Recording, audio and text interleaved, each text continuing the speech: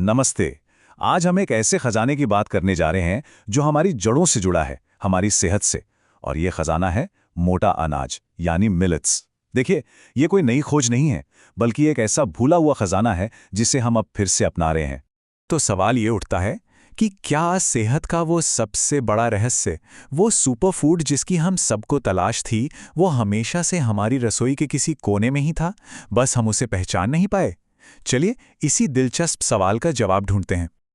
हम आजकल विदेशी सुपरफूड्स के पीछे भाग रहे हैं, जिनके नाम भी ठीक से लेने नहीं आते।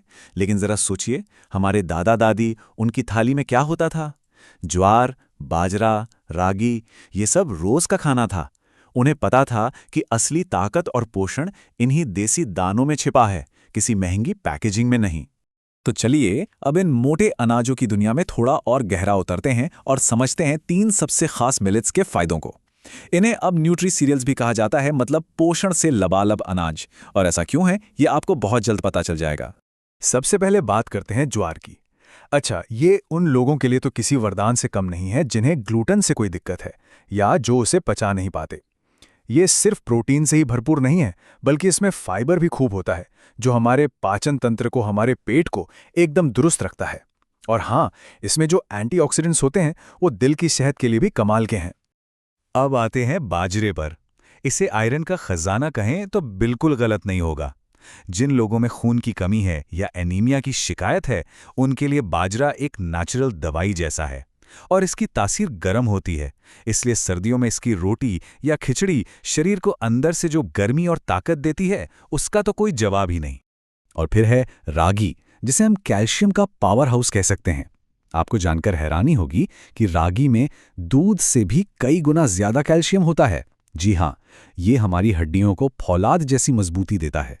बढ़ते बच्चों के लिए तो जरूरी है ही, बड़ों की हड्डियों को भी उम्र के साथ कमजोर होने से बचाता है। एक पुरानी सोच थी कि मिलेट्स मतलब गरीबों का भोजन।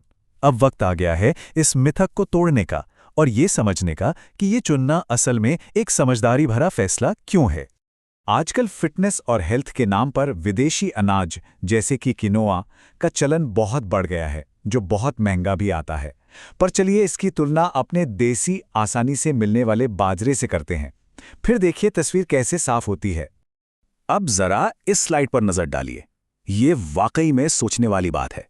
जहां विदेशी क्विनोआ अपने प्रोटीन के लिए बहुत ऊंची कीमत पर बिकता है, वहीं हमारा देसी बाजरा बहुत ही कम कीमत पर उससे कहीं ज्यादा आयरन और दूसरे जरूरी पोषक तत्व देता है। तो मतलब साफ है, अच्छा पोषण हमारी पहुंच से बाहर नहीं है, बस सही जानकारी होनी चाहिए। इसलिए ये कहना एकदम सही है कि मिलेट्स को चुनना गरीबी की निशानी नहीं, बल्कि हमारी सेहत और हमारी जेब दोनों के लिए एक स्मार्ट फैसला है। ये एक समझदार इंसान की पसंद है। तो अब सवाल ये है कि इस सारी जानकारी को अपनी रोज की जिंदगी में कैसे लाएं? अपनी रसोई में मिलेट्स को शामिल करना, यकीन मानिए, बहुत ही आसान है। चलिए देखते हैं कैसे। शुरुआत करने के लिए ये 3 तरीके सबसे आसान हैं।